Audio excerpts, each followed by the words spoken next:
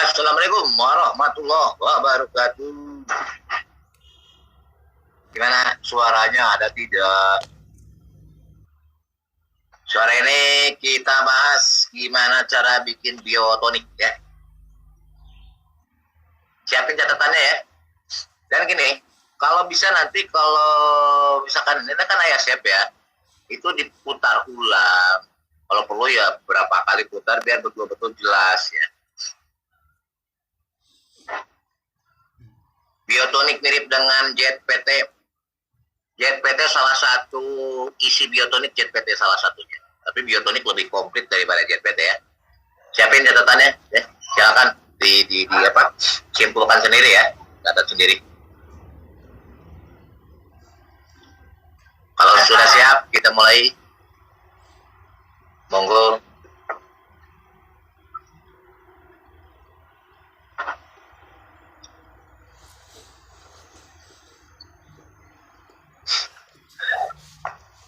Jadi sebentar, yang namanya biotonik ya, biotonik itu anggaplah kalau di manusia itu tonikum Bayer ya. Jadi suplemen ya, suplemen. Nah isinya itu ada ZPT-nya, ada proteinnya, ada enzimnya, ada mikronya. Jadi komplit insya Allah ya. Cuma ini harus hati-hati pengalaman kalau dengan bikin biotonik itu jangan diaplikasikan di fase generatif ya. Jadi biotonik nanti dipakainya di fase vegetatif saat pertumbuhan. Ini ada beberapa kasus pengalaman selama ini di lapangan. Ketika aplikasi biotik misalkan untuk sayuran daun lah ya, kayak misalkan ayam, kemudian aku sayuran daun lah, sosin. Kalau seandainya diaplikasikan lebih dari 3 kali dengan rentang jeda waktu 1 minggu, ya seminggu sekali, apalagi sampai 5 hari sekali, itu daunnya bisa 4 kali lipat besarnya. Ya. Dulu kita pernah nyoba ke bayam, alhamdulillah, bayam jadi nggak laku, gedean daunnya. Termasuk ke cabai, tomat itu sama ya. Kalau terlalu sering dipakai ya, itu daun, batang terlalu besar kan, cepat tingginya gitu ya. Tapi kan ini kalau untuk yang bermain di pembenihan kayak benih alpukat, benih jambu, benih durian ya, wah itu cepat gedenya. Kalau biasa misalkan umur 4 bulan untuk setengah meter 4 bulan, ini bisa jadi cuma 2 bulan gitu ya. Bisa dipahami ya, itu fungsi biotonik itu. Jadi untuk mempercepat proses pertumbuhan tanaman ya, terutama di daun, batang, juga akar ya. Ya. Bahannya sebetulnya banyak, variatif ya. Nanti jenengan pilih aja yang paling mudah yang ada di tempat jenengan. Jadi jangan maksain yang nggak ada ya. Repot lah hidup maksain, tuh boleh bikin susah kan. Yang ada aja, yang ada. Silakan tulis bahan-bahannya. Gimana? Siap tulisnya nggak? Udah siap mbak? Ayo nih, kepada diem. Udah siap nggak nulis? Tulis bahan. Jadi gini, kemarin kalau ayah terangin ya, kadang ada yang sedikit berbeda dengan yang pernah ya sharekan sebelumnya. Ya sama aja sih, ya sama aja. Jadi nggak usah, ya kok kemarin gini, kok yang ini begini-gini. Ya wis, pokoknya sama, ya, sama aja. Ya. Nah, nanti, nah untuk rendam bibit bukan pakai biotonik ya. Nanti ada lagi. Ya. Nih, bang, ini mana nanti ya. Itu ada lagi khusus itu ya. Gimana untuk perendaman benih agar cepat sprout, ya, biar cepat terbuka dormennya. Oke siap, monggo tulis satu bahannya. Yang pertama, pilih salah satu. Terserah jenengan adanya apa. Tempat jenengan yang paling mudah itu yang dicari. Oke? Yang pertama, pilih salah satu. Boleh daun bayam, boleh daun kangkung. Ulangi. Yang pertama, boleh daun bayam, boleh daun kangkung, ya. Terus boleh daun namanya. Ketika jenengan ngambil, kalau seandainya nih jenengan nih kalau pengen benar-benar sempurna bagus hasilnya ya, sebaiknya tuh yang ditanam sendiri sebaiknya. Jadi kita metiknya, ngambilnya itu sebelum jam 6 pagi atau setelah jam 5 sore. Tapi kalau seandainya kepaksa harus beli di pasar, ya wes nggak apa-apa. Yang penting pastikan masih betul-betul segar. Layu dikit jangan dipakai. Ya. Itu kalau kita misalkan beli dari pasar, itu harus benar-benar dalam keadaan fresh, segar, ya. Ulangi. Bahan yang pertama, silakan. Boleh daun bayam, boleh daun kangkung, boleh daun sawi ya, rosin, sawi. Cuma yang diambil usahakan itu adalah 4 atau 5 daun dari pucuk, dari diambil sak pucuk-pucuknya, dari pucuk hitungnya ya, 1, 2, 3, 4, 5, nah itu baru dipotong. Jadi bukan daun tua, bukan, justru daun muda ya. Ulangi. Jadi daun bayam ini atau daun kangkung atau daun sawi ya, usahakan itu daun mudanya, sak pucuk-pucuknya. Usahakan kalau misalkan kalau bisa, kalau nanam sendiri, metiknya sebelum jam 6 pagi. Kenapa? Karena kalau kita ngambil jam 6 pagi, kandungan hormonnya itu masih terkumpul di ujung daun, di ujung pohon, di tunas, itu ngumpulnya di situ. Jadi nanti kandungan auksin sama sitokinnya tinggi di situ. Ya kalau metiknya misalkan siang, itu udah dikit, dia udah tersebar kemana-mana. Jadi akhirnya nanti jet PT-nya tidak akan begitu kuat, ya, paham ya? Itu jumlahnya, kita berbicara skala 10 liter aja ya, kita bikin 10 liter. Itu 1 kilo. Ulangi, daun bayam atau daun kangkung atau daun sawi, daun mudanya, sak pucuk-pucuknya, ya, usahakan ngambilnya pagi hari atau di atas jam 5 sore, itu 1 kilo. Oke, nomor 2. Yang nomor 2, daun kelor. Nah, ini tidak boleh diganti. Wajib. Ya. Daun kelor pun sama. Ambilnya usahakan pagi hari sebelum jam 6. Jam 6 lah paling telat-telatnya jam 6 pagi atau di atas jam 5 sore. Ya. Sama, 1 kilo juga daun kelornya.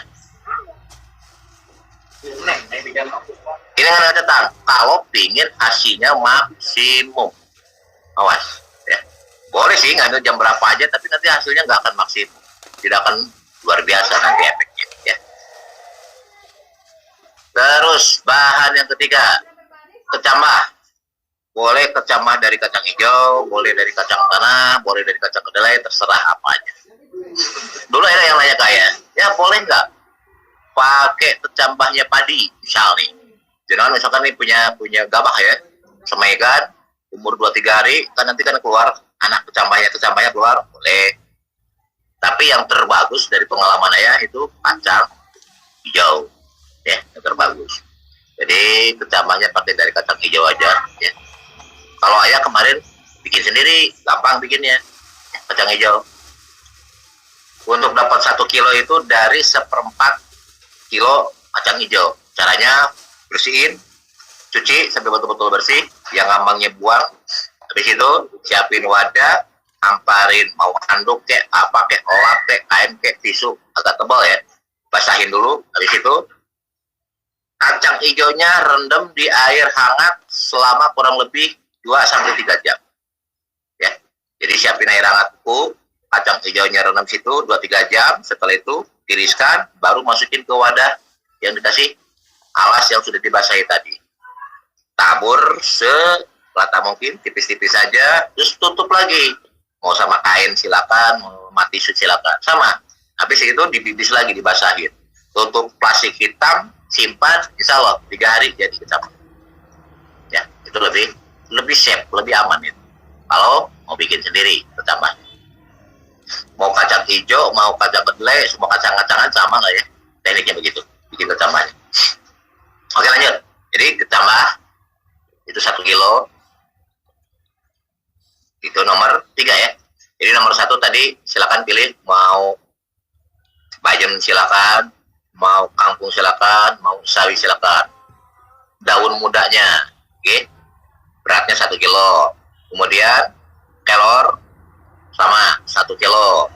Kemudian kelor usahakan kalau bisa yang muda-mudanya ya, muda-mudanya. Kemudian yang ketiga kecambah 1 kilo juga. Sudah. Yang ke berapa nih? Keempat. Yang keempat telur bebek. Ya, telur bebeknya minimal 3 butir. Kalau pengen bagus 6 butir. Sejelek-jeleknya minimalnya 3 butir. Terus 3 butir, 3 sampai 6. Kalau pengen maksimum 6. Sejelek-jeleknya 3 ya. Telur bebek, boleh nggak ya pakai telur ayam kampung? Boleh, tapi 2 kali lipat. Kalau misalkan telur bebek 3, telur ayam kampung harus 6. Kalau misalkan antum pakainya 5, berarti harus 10 ya. Ya udah, pokoknya 3 aja deh, telur bebeknya 3. Kalau telur ayam kampung 6. Boleh nggak ya pakai telur ayam ras yang biasa dijual di warung-warung? Nggak bagus ya, hasilnya kurang bagus. Yang paling bagus telur bebek ya, telur bebek. Telur bebeknya 3. Susu murni, mau sapi silakan, mau kambing silakan, itu 1 liter. Susu murninya 1 liter. Biasa suka ada pertanyaan, ya boleh nggak diganti dengan UHT? Biasa kan, penyakit orang Indonesia nawar.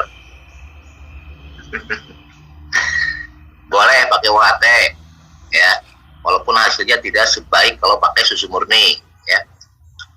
Boleh nggak pakai susu kaleng? Nggak boleh. Ulangi, susu kaleng nggak boleh.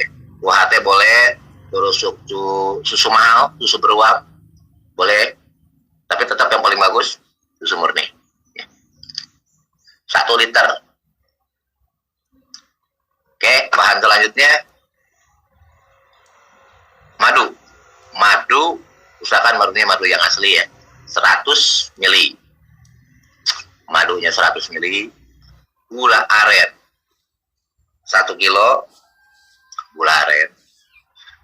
Mecin terserah, mau merek Sasa, mau merek Ajinomoto, mecin MSG ya, 1 on. Air kelapa 10 liter wajib dadakan, nggak boleh diganti enawan, nggak boleh yang dari pasar. Oke, ulangi, ini kalau pengen sempurna nih. Kalau misalkan antum tetap maksa pakai yang dari pasar, ya monggo aja silakan, terserah jenengan. Tapi hasilnya tidak akan sesempurna kalau pakai yang dadakan ya. Kalau yang dadakan sekali semprot biasanya 2. Mohon maaf nih, saya pernah ngetes ketinggian waktu nyamai padi ya. 1 hari sorenya aku semprot, besok sorenya itu naik 3-4 cm tingginya, cepet banget. Kalau betul-betul bahan bakunya betul-betul bagus ya. Tapi kalau bahan bakunya yang kurang bagus ya, kemarin kita nyoba asal-asalan. Artinya kita toge kita beli dari luar, terus ngambil kelor pun asal-asalan, jamnya nggak pagi gitu ya. Itu ternyata ketika kita semprotkan yang benar-benar sesuai dengan yang barusan saya bilangin, itu naik 3-4 cm, ini cuma 1 cm. Jauh banget bedanya ya. Jadi segi quality nantinya beda. Tadi sampai apa? Air kelapa ya. Jadi air kelapa 10 liter dadakan. Tadi gula aren udah ya. Gula aren 1 kilo sudah. Terus baru QRR 100 ml yang pengembangan. Kalau yang pakai QRR 21 cukup 1 tutup aja. Tapi tetap apa namanya? Gula arennya tetap 1 kilo ya. Sama. Jadi sekali lagi, ini tidak ada pemakaian air biasa sama sekali nggak ada. Nah, terus ada tambahan. Saya pernah nyoba ditambahin dengan garam dapur. Ya, saya pernah nyoba. Jadi biotonik tersebut saya tambahin garam dapur ya. Mau pelosok juga boleh, nggak apa-apa. Itu saya coba tambahin kurang lebih sekitar 1,5 on sampai 2 on. Ternyata hasilnya lebih bagus lagi. efek yang paling terasa ketika tak tambahin garam dapur itu apa? Hari ini kuning, kita semprot, besoknya hijau. Serius. Ya. Jadi bisa nyulap hijau apa dari kekuning-kuningan ke hijau itu cuma 1 malam berubah gitu ya. Kalau mau monggo silakan tambahin, tapi itu nggak wajib ya, nggak wajib. Tapi kalau mau silakan tambahin garam ya. Kurang lebih sekitar 1,5 on sampai 2 on ya. Nggak usah banyak-banyak. Oke, sampai situ dulu. Bahan tadi, monggo ada yang ditanyain nggak? Silakan. Barangkali ada yang mau ditanyakan. KRR pengembangan 100 mili. Kalau KRR 21 cukup 1 tutup ya. Siapa nih? Is Gunawan, rotan gimana ya? MM4 jujur itu nggak bagus. Kita udah pernah gini. Ayah nerangin hari ini begini ini semua udah tak cobain ya. Dari tahun 2013 sudah tak cobain KB. Ini yang paling bagus ya. Is Gunawan.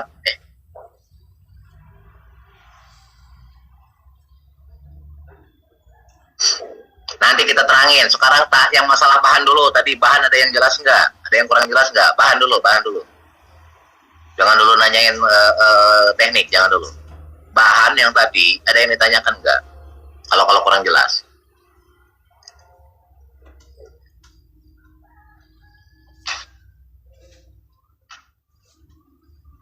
Jadi gini sebentar ya, biar kita nggak penasaran ya, terutama untuk Is Gunawan yang nanyain. Kalau pakai rotan atau M4 atau mol, gitu. Gini, yang bisa sebetulnya, tapi ayah nggak jamin itu bisa sempurna. Kenapa? Yakin kalau kita bikin dengan mikrobiota yang tersebut bisa memecahkan apa istilahnya itu misalkan hormonnya, ya bisa memisahkan dari bahan nih maksudnya. Oh ya hormonnya, ya kandungan mikronya, enzimnya, itu nggak ngejamin itu. Paham ya? Gimana cara bikinnya? Silakan tulis. Cara pembuatan. Yang pertama, jangan rebus dulu gula yang 1 kilo, ya, rebus. Ngerebusnya pakai air kelapa nggak apa-apa, 1 liter juga bisa. Yang penting cair aja lah, ya, penting jadi cair ya. Kalau misalkan ya pakai tambahan pakai air biasa 1 liter juga silakan, ya. Tapi nanti kalau pakai air biasa 1 liter, berarti air kelapanya cukup 9 liter ya. Nah cara bikinnya gini, jadi air kelapa didihkan dulu ya, biasa sampai botol mendidih. Air kelapa, gula ya, mau dengan air kelapa silakan, mau dengan gula air biasa silakan.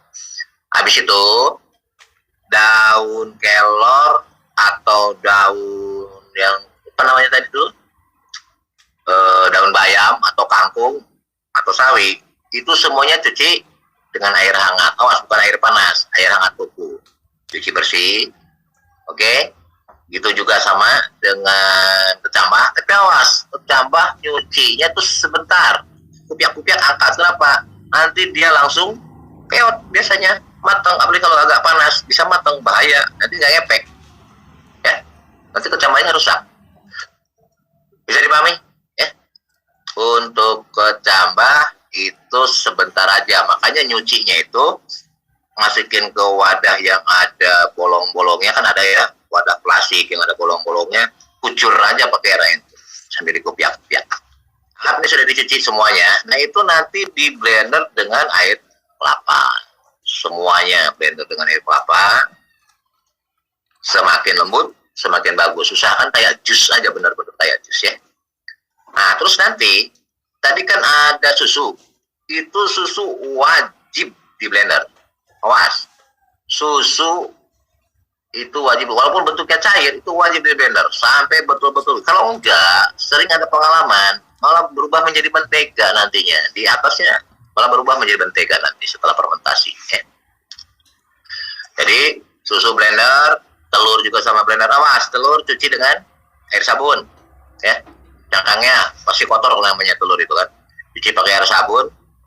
Nanti blendernya barengin aja nggak susu ya. Nah setelah selesai ngeblender semua, baru yang terakhir apa? Madu di blender juga. Awas, madu pun wajib di blender. Pokoknya semua bahan tadi wajib di blender. Setelah di blender semua, oke, nanti masukkan ke wadah, terserah wadahnya apa aja. Mau pakai plastik, tekniknya monggo. Mau pakai wadah jerigen silahkan. Pokoknya tetap harus ada ruang 10% ya. Nah, nanti setelah masuk semua, baru terakhir GRR-nya masuk. Kalau GRR pengembangan itu 100 mili, kalau GRR 21 cukup 1 tutup. Aduk, tutup rapat. Kalau ingin sempurna, 3 minggu fermentasinya. Oke. Saya tidak akan menerangkan lagi teknik fermentasi kayak gimana, udah paham lah, udah beberapa kali ya. Sama aja. Kalau pakai wadah keras kan harus pakai aerator. Kalau air biasa suka pakai plastik aja. Nah, setelah 3 minggu, ciri selesainya, jenengan lihat di permukaannya nanti. Ya. Kalau di permukaannya ada kelihatan kapang berwarna putih, kayak serbuk ya, kayak tepung, putih-putih kayak jamur lah ya, putih di atas, itu cirinya sudah selesai. Ya. Kalau di blender susu madu, kalau di blender nanti mateng, ya. Telur kalau dibarengin blender dengan madu tuh mateng nantinya telurnya. Ya. Udah ngikut aja, ya, nawar melulu. Kalau madu asli, telur tuh mateng, Om. Ya. Nanti rusak proteinnya. Ya. Ulangi, madu terpisah, ya. Nanti terakhir ke blendernya. Kalau enggak, nanti matang yang lain. Ya. Paham ya? Kalau mau pakai kurma silakan. Ya. Tapi kemarin ayah coba untuk masa vegetatif biotonik ini ya, untuk biotonik ini pakai kurma. Efeknya nggak begitu signifikan. Ya. Kurma nanti dipakai untuk yang di booster aja. Ya. Jadi nggak usah pakai kurma. Karena nggak pakai kurma pun ternyata hasilnya bagus. Pakai kurma pun nggak begitu kelihatan perbedaan yang mencolok gitu ya. Nah, kan lumayan, agak murah toh. Kan kurma lumayan agak mahal. Ya, semua blendernya pakai air kelapa, Om. Ya, kita nggak ada penambahan air, nggak ada. Sekali lagi, setelah selesai di blender semua, baru digabungkan, terakhir nanti GRR-nya, ya, aduk-aduk lagi sampai betul-betul nyampur benar, oke? Nah, itu baru fermentasi selama 3 minggu, ya. Minimal 3 minggu, lebih lama lebih bagus. Sudah? Nah, ini sudah selesai nih, 3 minggu, nih. Nah, selesai 3 minggu, tinggal diperas. Jadi, kita ambil airnya aja, insya Allah. Enzimnya keluar, kemudian hormonnya pun keluar, mikronya pun keluar, ya. Dosisnya untuk 1 tangki, ya, itu antara 50 sampai 100 mili. Artinya nggak mutlak harus 50-100, enggak. Lihat kondisi tanaman yang mau kita aplikasikan. Kalau tanamannya cukup sehat, nggak ada masalah, cukup 50 mili. Oke, tapi kalau misalkan tanamannya sakit misal kuning-kuningan, kurang modot, kurang cepat pertumbuhannya, kuntet, nah itu baru pakai 100 mili. Paham? Ya. Jadi dosis antara 50 sampai 100. 50 itu kalau misalkan tanamannya tidak sakit, ya. Itu 50 mili cukup, ya. Tapi kalau untuk yang sakit, entah kena kuntet lah, entah karena kuning atau kena pokoknya kurang bagus lah warna daunnya gitu ya, kurang hijau, itu pakainya 100 mili per 15 liter tangki sprayer, ya. Yang sehat cukup 50 mili, ya. Tapi kalau yang sakit itu artinya tanaman yang bermasalah, ya. Kuntet itu kerdil, ya. Misalkan ini menanam bawang merah, yang lain udah tinggi-tinggi, ini masih kecil kuntet, nah itu baru kayak seperti itu, pakainya 100 mili, ya. Sudah. Nah, kapan aplikasinya? Aplikasinya jam 6 sampai jam 9 pagi atau jam 3 sampai jam 6 sore. Itu waktu penyemprotannya, ya. Kalau pengen efektif, pakailah paling bagus untuk biotonik atau untuk pemupukan ya, biotonik mau RP, itu pakai perekat yang ada lidah buaya. Nanti kita ajarin cara bikin.